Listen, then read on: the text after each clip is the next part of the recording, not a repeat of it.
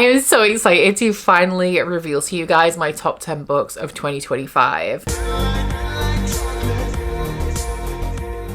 Romantasy cleaned up this year. To think that 2025 was the year that I did a 4-5 part project on my channel to try and discover whether romantasy was a genre that I still enjoyed, because I felt like over the last handful of years I've really fallen out of love with it and I'm really struggling to find romantasy hits. 2025 said hold my beer, here is all of the romantasy that you need. Everything that isn't romantasy on this list is honestly a little bit of a wild card, and I do think, looking at the books that we've got, thinking about why epic fantasy and sci-fi is thin on the ground, sparse and non-existent in my 2025 best books list, I feel like some genres I go into not necessarily expecting very much from them, and so if I end up enjoying them, it comes as a great surprise to me and I think on them more positively than if I'm going into my favorite genres, namely like epic fantasy and sci-fi, and I'm going in with high expectations expecting to be blown away. If I still then very much enjoy those books but they don't blow me away, then I don't think on them maybe as favorably. They've almost disappointed me as opposed to surprised me, but I'm hoping for some epic fantasy hits in 2026. It's already looking to be a great reading year. I'm already very, very excited, but first let us continue to wrap up 2025 and talk about the best of the best. So this is the second part of my 2025 year in review. If you missed the first part, which was my worst books of the year, I will have that link down below for you, and the next video you should see on my channel I think is going to be my series wrap up, where I talk about all of the series that I've DNF'd, completed, I'm up to date on, or have made progress on in the year of 2025. But for the best books, we are going to of course be going in reverse order, starting at the number 10 slot and working my way up to number 1. They are somewhat in order. I think the top 7 are my only 7 5-star reads of the year, and then the final 3 are my stronger 4 stars. I think I very solidly have a top 9 of 2025,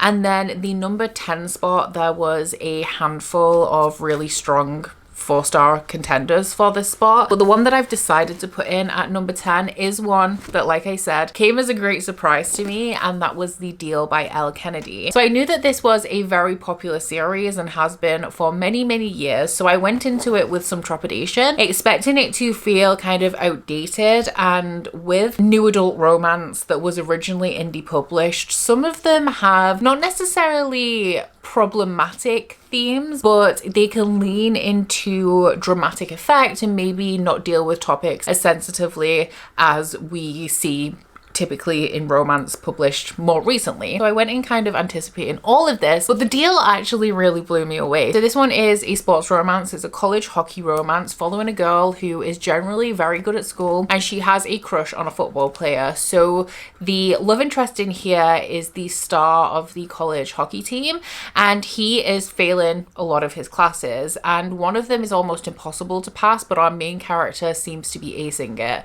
So knowing that he needs a good grade in this class, he asks her to tutor him, and in exchange he will hang out with her and fake date her a little bit to put her on this football player's radar so that he kind of notices that she exists and maybe starts to like her back. However, as you can probably tell, with it being a romance, these two grow closer as they're studying together, and that starts to blossom into something a little bit more. So this is a compelling romance just to start off with. I really enjoyed the chemistry between the main characters. For the most part, it is kind of fun and light, but we do have some more serious topics handled in here because our main character was assaulted when she was a little bit younger, so content warnings for sexual assault in here, and because of that, I'm pretty sure the issue is that she struggles to orgasm when she's with anybody else. And so as these two are getting a little bit closer and a friendship is starting to develop, they also start to try and work through this problem that the main character has to help her have better intimate relations in the future. It's actually topics like that I assumed that this book was going to handle badly, but I actually think that Elle Kennedy took a great measure of care when discussing the sexual assault in here and the way that the main character is dealing with the aftermath of that. and the way that the two characters move forward romantically given our female main character's background. So I have also read the sequel to this, which I think is The Mistake. I didn't like that one quite as much, but I'm very happy with what I've read from Elle Kennedy so far, and I'm excited to continue on reading through this series in the future. My next 4-star was The Ever King by L.J. Andrews. I also read Broken Souls and Bones this year, and I talked about both of them in a video I published last month, which was the best romantasy books published in 2025, because like I said, it's been a good year for me in romantasy. But this one I think came out a little bit stronger than Broken Souls and Bones for me, because I think that the plot is a little bit stronger and the way the world building is handled, and it's also the one that I read the most recently. So right now it is my favorite of the two. We'll see how I feel when I read the sequels of both of those series. But this one follows the King of the Everseas and the daughter of the King of Land, and the Ever King has been banished to the seas. There is this barrier in the sea that has stopped him from being able to come to land. However, he is quite eager to do so because the King of the Land Fae took a kernel of his father's power, and the Ever King feels like he now needs to reclaim that to be able to cure a plague upon his land. So one day the Princess of the Land Fae accidentally breaks down this barrier keeping the Ever King in the seas, and he comes to land and kidnaps her because her father isn't there. They've gone traveling somewhere. So he kidnaps her, hoping that her father will then come and give him the kernel of his father's power in exchange for his daughter. However, he very quickly realizes as they travel together that this kernel of power is not going to be the answer to his problem like he thought that it would, and they end up teaming up to try and get to the bottom of what is actually plaguing his land. I really like the sexual tension and chemistry in L.J. Andrews' books. I felt very much the same in Broken Souls and Bones, and the love interests are different in these series, so I don't know if I have a preference. In Broken Souls and Bones, it's like the stoic bodyguard type, whereas in The Ever King, it's more of like the swash, because it's like a pirate story almost. It's like a swashbuckling rogue with a lot of sarcasm kind of vibe. I very much enjoyed the relationship in here and the way that L.J. Andrews builds tension. Connecting to the actual romances in the contemporary romance genre as well as fantasy romance has been really difficult for me over the last few years. So I'm actually really happy that I'm able to now come back and enjoy romantasy again after feeling so ambivalent about so many love interests for such a long time. And I feel like L.J. Andrews is really going to be a win for me with the way that I've actually felt like the tension is palpable between her characters in both of the books that I've read.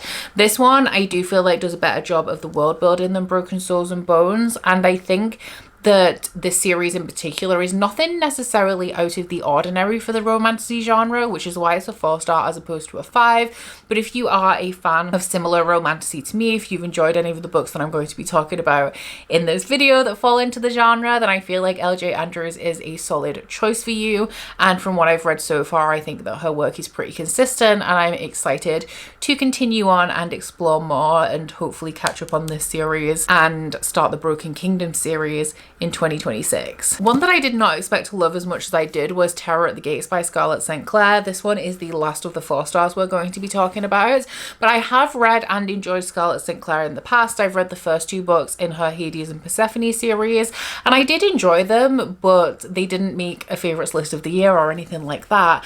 And this one was also very apparent from the synopsis that it was going to be a bit of an urban fantasy, which when we talk about the traditional like classic series of the genre also is not for me. So I went into this not really knowing what to expect, but I think that Scarlett St. Clair very perfectly blends hallmarks of classic urban fantasy, like your Kate Daniels style series, with more modern fantasy romance tropes in a way that made this super compelling to me. So this one is following a woman called Lilith, who is from a very powerful area of the city of Eden, and she escapes. Her father kind of humors her and allows her to spend a little time living in the area of the city devoted to sin, which is called Nineveh, and she doesn't want to ask her father for anything, so she's trying to make a living for herself. Part of her way of doing this is to steal things, and one day she steals a very powerful artifact from a man that kills anyone that it touches, except for apparently her.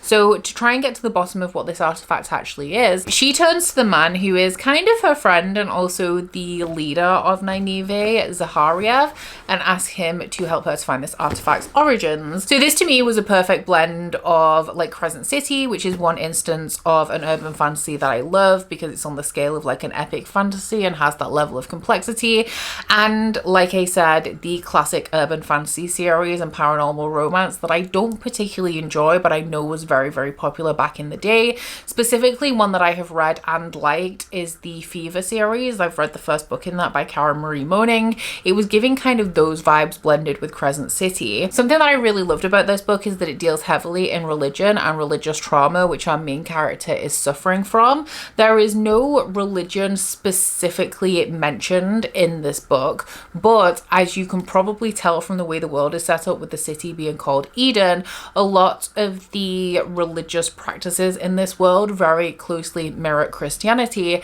and the author's note does mention specifically abuse within the Catholic Church, but then also does acknowledge the fact that it's not exclusively at the Catholic Church where abuse happens between people in a role of power and members of the religion, but it is pretty clear that it is Christianity that is represented in this book. As somebody who is not religious, I am not a believer of any particular faith, I always find it interesting when I read stories, not just fantasy, but fantasy that deals with faith in any particular capacity, and the way that the characters question that or the way that the faith is represented. So I found it especially interesting in this urban fantasy book that deals with themes of heaven and hell, and like I said, heavily talks about religious trauma and points out the hypocrisy of the church and institutions in some instances. I once again also love the romance in here and the romantic tension between our main character of Lilith and also our love interest Zahariev, and I do feel like I'm watching a K-drama at the minute called Crash Landing on You. You've probably heard of it. It's a very, very popular one,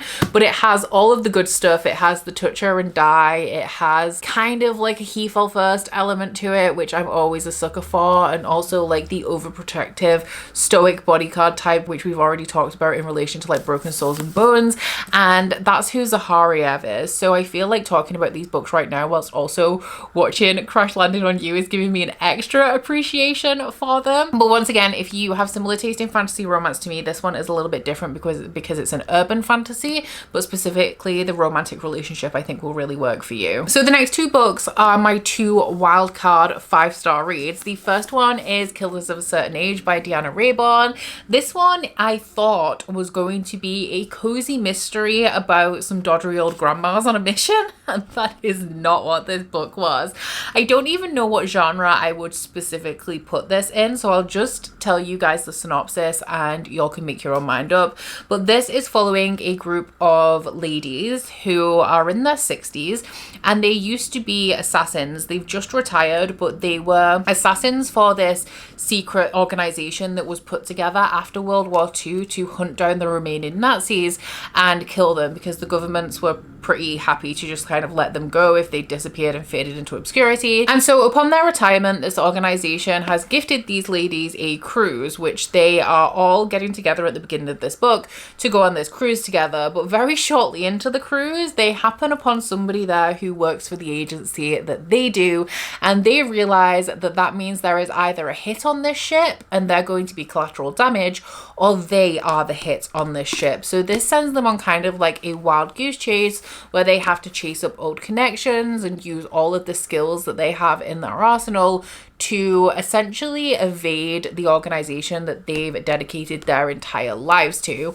So you do have an element of like fun and hijinks in here, because you do have these older ladies that past their physical prime and they have to act like James Bond, and it's not particularly easy for them. But what I didn't expect from this book was for it to actually be a lot deeper than that surface level kind of fun plot, because we have flashbacks in here where we're following the main characters in the 70s when they were in their prime on some of their most iconic missions with some of the people that they've met and they've lost along the way, and we see how much they have had to give up in their lives for this organization and for this life. And you also see like how much of themselves they've lost along the way as well, whether that is kind of like their youth and the agility that comes with that, or the part of themselves they've had to give up to be able to lead this life of almost loneliness because they can't really put down roots. For the most part, they can't have real relationships with people who don't have the job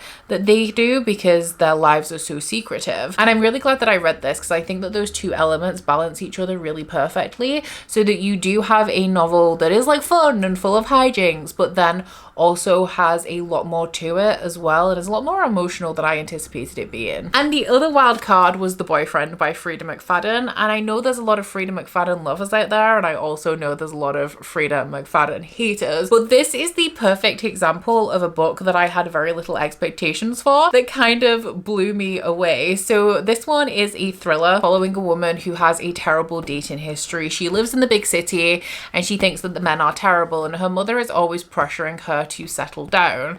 So one day after she's had this kind of terrible date, the guy's getting a bit handsy as he's like dropping her off at her apartment. This other guy steps in and like tells him to do one, and she doesn't get that guy's name, so she kind of thinks it's just like a misconnection, but she does think about him a lot. However, her search to reconnect with him is brought to a screeching halt when her friend is murdered. And then one day, by chance, these two meet again. They start dating. He's the perfect guy. He's a doctor. However, she realizes she doesn't really know that much about him, like anything real or anything deep. And as more and more women are murdered, she starts to get a little bit suspicious of the boyfriend. So I loved my reading experience of this.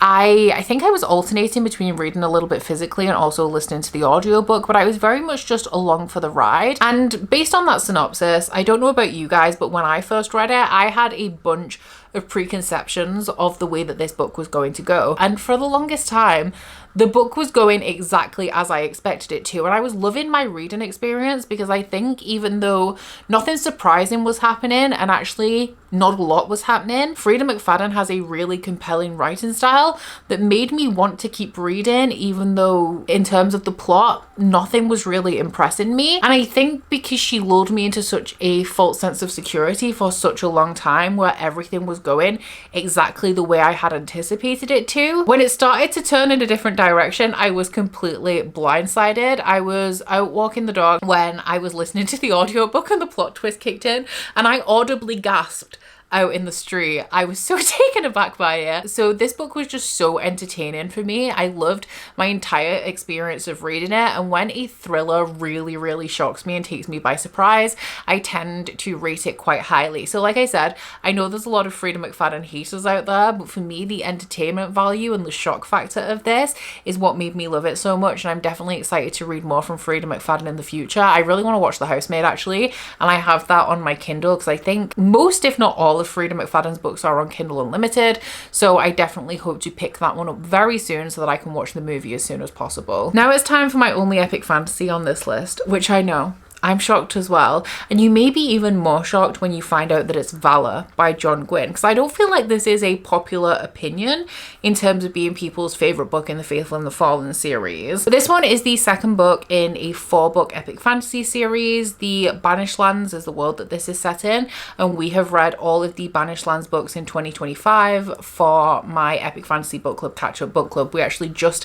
had the live show for the 3rd book in the Blood and Bone series, which is the 7th book in the Banished Lands, if you guys want to check it out. And I also have a playlist full of all of the discussions on this series that we've done. But this is a world that used to be inhabited by humans and giants. However, giants are pretty much just myth these days. They're the kind of creatures the parents are telling stories about to scare their kids before bedtime. And in the time of giants, there was a prophecy that 2 avatars would rise, one for good, one for evil, and they would be the bright star and the black sun, and the entire world would divide and stand behind one of these avatars, and they would duke it out, and one of them would win. And lo and behold, it is time for that prophecy to unfold. That was, I'm a poet and I didn't know it, that rhymed. But this is a large cast story. There are a lot of perspectives in this series. One of the people we follow is the bright star. One of the people we see is the black sun, but we do not know who they are for a long time in this series. We also follow people who are related to them, who are followers of them. We follow the troublemakers of this world who are trying to accelerate the prophecy and push all all of the pieces together for their own gains. We follow some older grizzled warriors who step in to protect and aid the younger characters, some people who know a little bit more about the lore and the history of this world, and then some people who think that it's all myth and legend and don't believe in any of it. And as this prophecy starts to come into fruition, the magic of the world reawakens, and we start to have these creatures of legend that come into the forefront and become active players in this prophecy as well. So this is a series that follows a structure that I really enjoy when you're getting into a new fantasy world, and that is that in the first book, not a lot happens pertaining to the plot. We're really just getting to know the characters and who they are at peacetime in their normal everyday lives and their normal everyday struggles. And then in book one, you start to build up to the climax that destabilizes the regular lives of these characters, that pushes them along the plot. And now I really like this structure because it builds an attachment to the characters. By the time things start to happen to them, you already care that things are happening to them because you followed them for like 500 pages so far. It's the same thing as Game of Thrones. The plot of Game of Thrones only starts at the end of book one. Like the key event that kicks the plot of Game of Thrones off is right at the end of book one. So all of that is just getting used to the world and the characters before the story actually starts. And the same thing happens in The Faithful and the Fallen. So the reason why book two is my favorite book specifically in the series is because this is the book where we start to see what the series is actually going to be. We've met the majority of our main characters that we're going to follow for a long time. We've got to know them a little bit. We've seen the terrible things that have happened to them that have pushed them essentially out of the nest and into the path of this plot.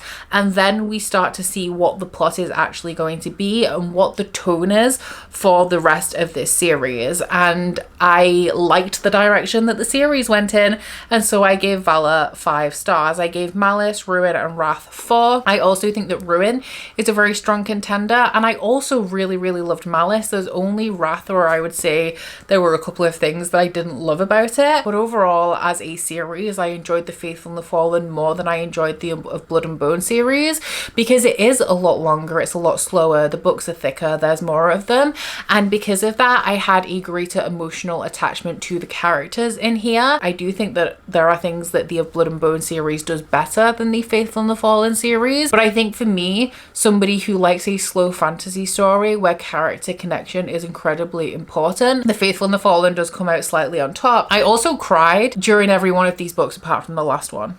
And that doesn't happen very often for me. If a book has me crying, I'm going to rate it highly. My favourite contemporary romance of the year was Checkmate by Elle Hazelwood, which was slightly surprising to me because even though I've given every other full-length Elle Hazelwood book I've read 5 stars, this one is young adult, and so I did not necessarily expect to feel the same way about it.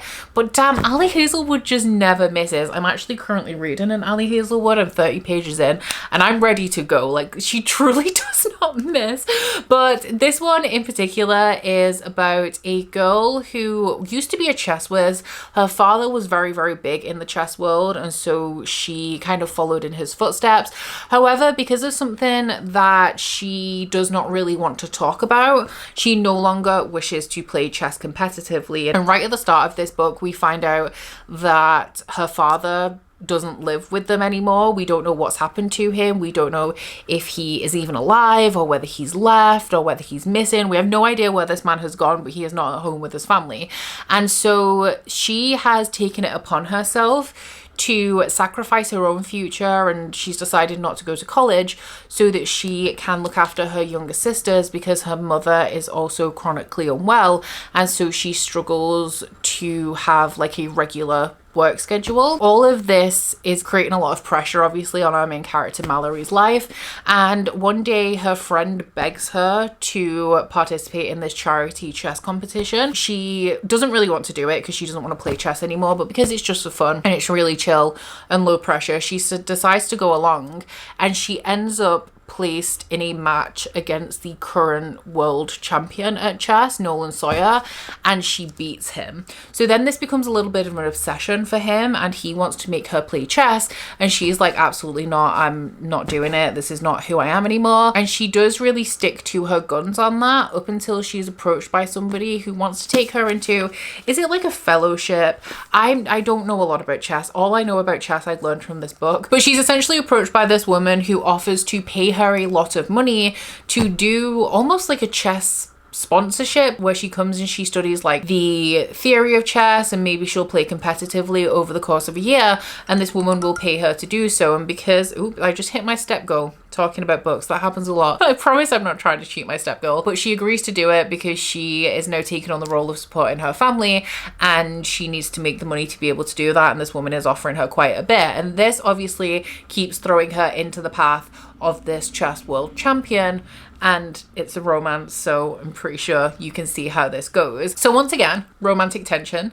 We've talked about it a lot in this video, and looking at my next 3 books, we're going to talk about it some more. But I love the chemistry between these 2 characters. This is technically a sports romance as well, because chess is technically a sport. And if you'd have told me that chess could be sexy before I read this book, I would have laughed in your face. But damn, Elle Hazelwood is always down to prove me wrong. Now, this is a young adult romance, but I will say that the main characters are on the older end of this. I think they're like 18 and 19, so it's not like a kind of mid-teen sort of relationship. They're in that like end of high school going into college kind of age. And the main difference between this and the other Elle Hazelwood books that I've read is that the sex scenes in this are, I'm pretty sure it does fade to black, but I think there's like a little bit before the fade to black, but it's not as explicit as the adult books that I've read from her. And if you love the general romantic dynamic that is very typical in Elle Hazelwood romances, as I do, then that is still very much present here. Shout out to my final 5-star read of 2025. She crept in at the 11th hour and saved the day, and that was Shield of Sparrows by Devney Perry.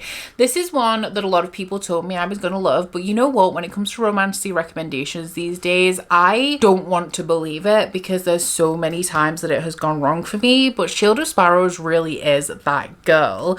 So this one is a very typical story in its synopsis, and I feel like one of the reasons why I really enjoyed this one is because it combines very common themes, tropes, plot lines of the romantasy genre with something a little bit special and a little bit unique. So this one is following a princess who is the eldest princess of the kingdom, but she's actually the one with the least responsibility. We know from the beginning that there's something a little bit odd about her, something isn't adding up, but we don't really know what it is at all. And her younger sister is supposed to be the Sparrow, who is the princess that is sent to marry the prince of a different kingdom to strengthen the bonds of the Shield of Sparrows, which is an alliance between the kingdoms of this world.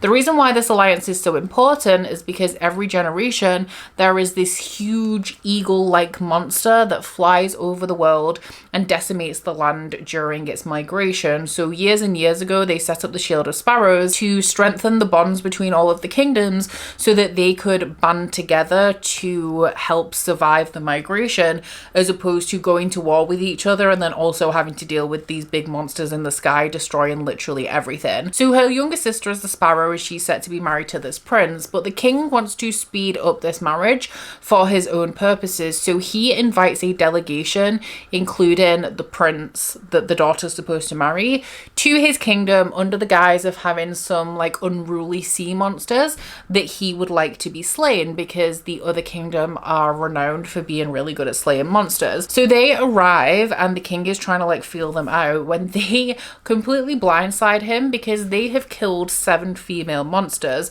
which activates this really old like loophole in the lore of the world, that because they've killed enough monsters to disrupt the reproduction of the monsters in that environment, that means that they can choose their own bride prize, and they decide that they want to take the elder daughter. So he pulls his daughter aside. He has no choice but to go along with this. He pulls her aside and he lets her know that her younger sister has actually been training to infiltrate this kingdom, find out the secret information about where their capital is located, feed it back to her father so that he can potentially invade, which he says is for the good of the world. Also to assassinate the legendary monster hunter, the Guardian, who is like the biggest threat in this kingdom because he's like the most skilled warrior.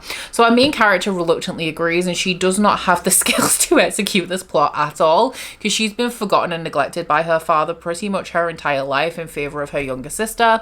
And she travels to this kingdom and starts to get really, really worried. One, because she has this impossible task to accomplish, but also because the man that she's attracted to is not her husband, the prince, who doesn't really want to spend any time with her at all anyway, but it's the legendary monster monster hunter who, you know, he's not her husband, so that's a problem, but also she's supposed to kill him. Once again, legendary romantic tension in this one, and also really great banter. This one is also a slow burn. I would actually go ahead and pretty confidently say all of the books that I've recommended in this video have some element of slow burn in them. Some of them are slower than others. I would say this is potentially one of the slower ones. It's taken a while. Like, these people, they're not getting together in the first 200 pages of this book.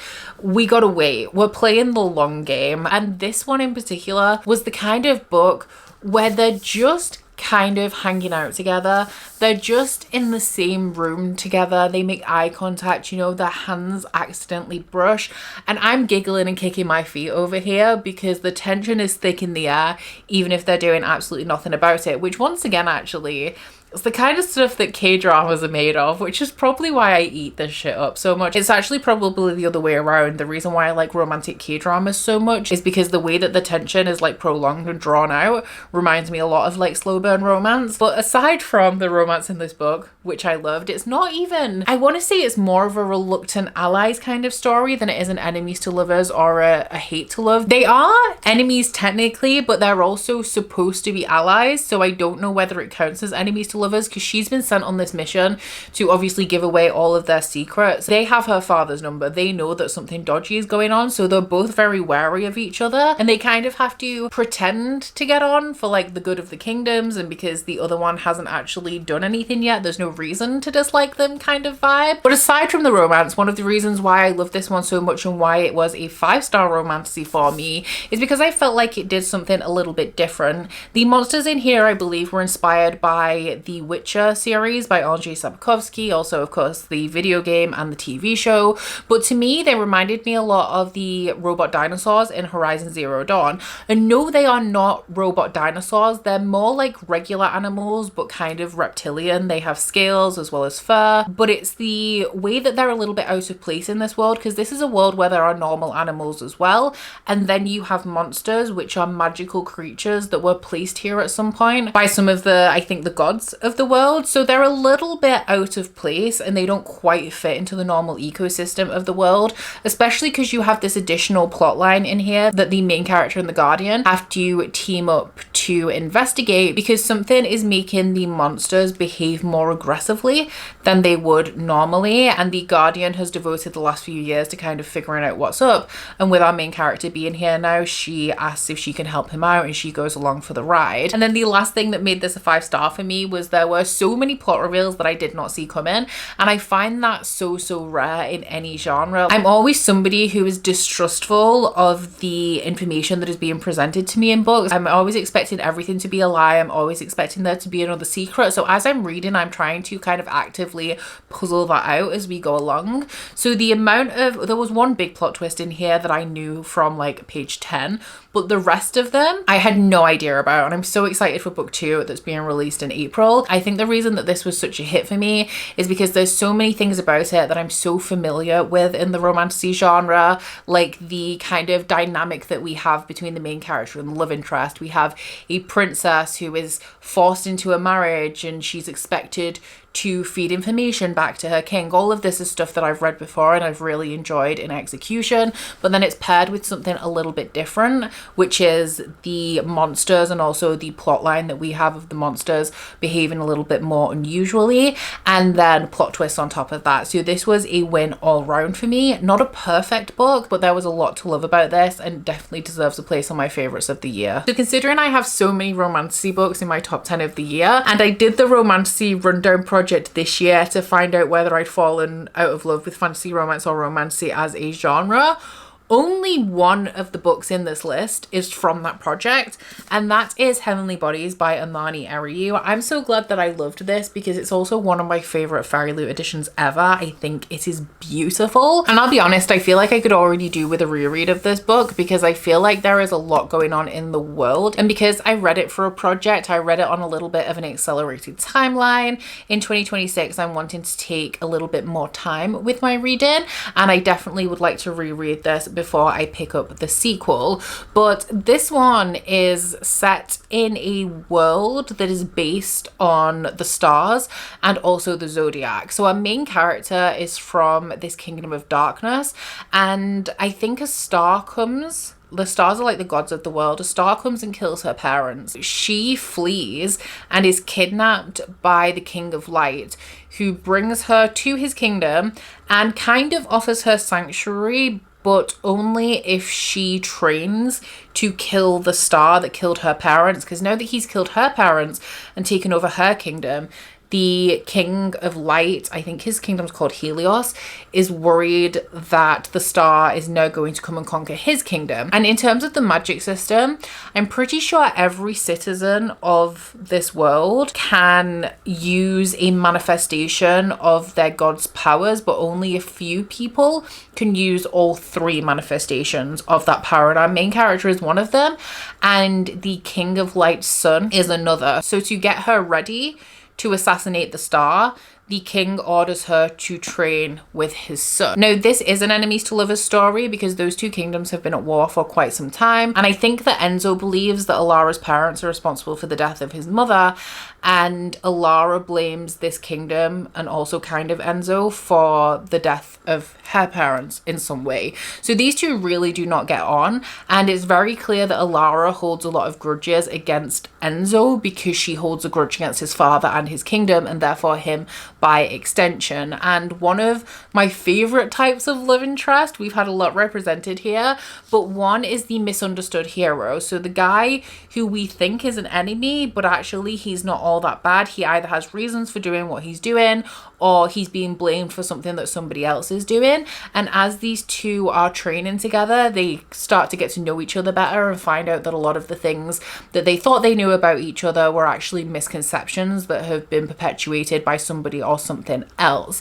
Something that I really enjoyed about this as well is that the reason that these two are continuously thrown into each other's path is because they are training. So they get to work out a lot of this tension that they have with each other in the training ring. We have a lot of fighting scenes, a lot of sparring scenes. We have a verbal sparring as well as physical sparring, and things that do get heated quite frequently. And we all know there is a fine line between love and hate. Now, the reason why I gave this 5 stars and not 4, the thing that made this one a little bit extra special is that the world is celestial in design. It's partially based on the zodiac and the star system, and it's partially based on Greek gods. And I think that it is so easy for that kind of concept to become a gimmick. Like, I love celestial stuff, okay? If it's got stars and moons on it, I'm buying it. So I feel like it would have been quite easy for this to be kind of all vibes, no substance, or like purely for aesthetics. But I actually think that the way that Amani Eriyu wove this into the context of a fantasy story actually made it feel real. Like, I could believe that this world was based on the things that Amani Eriyu was obviously telling me that it was. And that level of immersion is why I ended up giving this 5 stars in conjunction with a really good romance that I loved. Really excited to reread this, actually. I did think it was going to be a trilogy though, and I'm pretty sure I've recently found out that it's going to be 5 books. So now I'm like, do I reread and read book 2, or do I wait until book 3's out and then do like a reread for book 3 and 5? We'll see how desperate I am to pick this one up when the next book is in my hands, because I'm not sure what the shipping month is on the Fairy Loot edition. And then finally, my favorite book of the year, you've probably guessed what it is by now because I've spoken about this quite a lot since I've read it, and that is The Night and the Moth by Rachel Gillig. This one I would call a fantasy romance. It is a fantasy plotline that has a very strong romantic presence in here, and I think that it was the romance that actually tipped me over into 5 stars on this one, if I'm being honest. But this one is the story of a diviner called Sybil, and she is one of 6. And in this world, there are children taken from orphanages when they're around, I think, 10 years old, and these children then have to serve 10 years as diviners, and they're all taken at the same time. So all of these girls are around the same age. They've all grown up together for the last 10 years, and they are coming to the end of their 10 years of service. So they're very excitedly constantly like talking about what their plans are when they go out into the world, but they have no concept of the outside world. They haven't been far from the walls of the cathedral. Some of them are a little bit rebellious, you know, they sneak over the cathedral wall and they've had dalliances with travelers. They've gone to revel when people have been like passing by, but they haven't really been out into the world, you know. And the way that divining is performed in here is pretty brutal. They are held underwater and essentially drowned, and the images that come to them when they're regaining consciousness is the kind of divination that they then feed back to the person who has requested it. So at the end of these girls' 10-year service, the new king of the land comes to the cathedral to request a divination. This is something that is always done, and this divination is supposed to define this king's reign. And our main character, Sybil, is chosen for this particular divination. So she gives him his reading, and it's not a great one. But this whole situation puts her in contact with Roderick, who is our heretical knight. These two do not hit it off. They dislike each other immediately. It is quite clear that Roderick has a lot of disdain for the diviners, and he doesn't believe in anything that's going on here. And this is obviously Sybil's life work. One morning after the king and the knights have left, Sybil wakes up and she finds one of her sisters missing, and then slowly, one by one, the rest of the diviners disappear until there is only Sybil left. So Sybil climbs over the cathedral wall. She takes a gargoyle with her. They are gargoyles as we know them, but they're also like real, you know, like animated. It's hard to explain. He's very silly in comparison to the rest of the gargoyles, and she kind of has to pack up her bags and leave everything that she's ever known to find the people who mean the most to her in all of the world. This was not what I expected. I was expecting like a very dark, gothic, moody story, and there are definitely elements of that in here, but the dialogue and the tone of this is a lot funnier than I expected it to be. There's like quite a bit of swearing in here. The style of the dialogue, I would say, is a lot more modern in the way that the characters speak to each other, and the, I want to say, like the flippancy that they use, especially Sybil, who is always down to like verbally spar with anybody. And that took a little bit of getting used to, especially because in terms of the setting of this, it does have more of that like dark, moody, gothic nature to it. The romance in here took me a long time to warm up to, because for a long time, while I was enjoying the back and forth between the characters, I wasn't feeling any particular chemistry or tension until it got to a point where I was. And this did something that I'm really discovering that I like within romances, and it is when the dialogue in a romantic context very much resembles dialogue that you would find in classic literature. I'm talking something like Pride and Prejudice or Wuthering Heights, where it's like declarations of love, but in this almost like archaic style, which kind of heightens the romance and the drama for me. And when this romance clicked for me, I was just obsessed with it, if I'm being honest. But I also really loved the plot of this and the way that the story unfolded.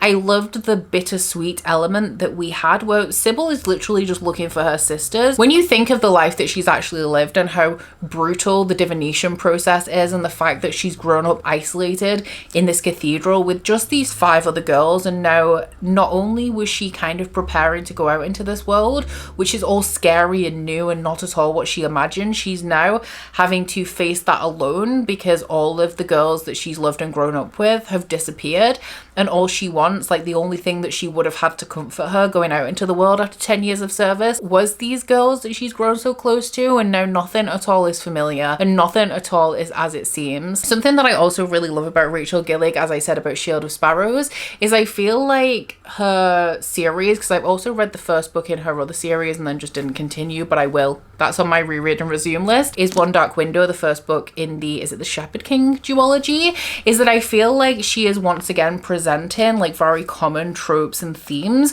but putting a little bit of a unique spin on them, or presenting them in a completely different way than I have seen before. Also the gargoyle, that's all I'm saying about him. I did love the comic relief that he provided in general. I thought he was amazing from start to finish, but damn, the gargoyle. So those were my top 10 of 2025. I didn't feel like I was having an amazing reading year as it was happening, but looking back on my top 10 list, especially the amount of romantasy we've got, I'm actually really happy with how 2025 turned out. I am hoping that I'm going to have a ton more 5-star reads in 2026 than I have had in the last year. They do tend to be a little bit thin on the ground for me these days, but it's already like some of the books I've got lined up I'm very, very excited for, and I'm really, really hoping that it's going to be an amazing year reading wise. So down in my comments, of course, feel free to let me know your thoughts on any of the books that I mentioned today, but most importantly, let me know what your favorite book of the year was so that I can get some more recommendations from the comments. And if you guys would like to let me know you were here but you don't feel like you have anything to say, leave me, I'm gonna say a moth emoji. I'm not sure if there is one, so if not, leave me a butterfly, but you know, the vibes are the same. If you have enjoyed this video, then of course don't forget to check out my worst books of the year video, but also stay tuned for my 2025 series wrap up, where we're going to talk about the almost 50 series I started in 2025 and the very, very few that I managed to wrap up, as well as of course the ones I'm up to date on, and also my DNS. But aside from that, guys, I do hope you've enjoyed this video. Please do not forget to like if you liked it and subscribe if you wanna. And if you head into my description box, you will of course find a link to my Goodreads, my Instagram, and my Patreon if you'd like to follow me on any of those. But that's it from me today, guys. Bye! Oh, you bite your friend like chocolate. You say you're go where nobody knows, with guns hidden under our petticoats. We're never gonna quit it, no, we're never gonna quit it, no.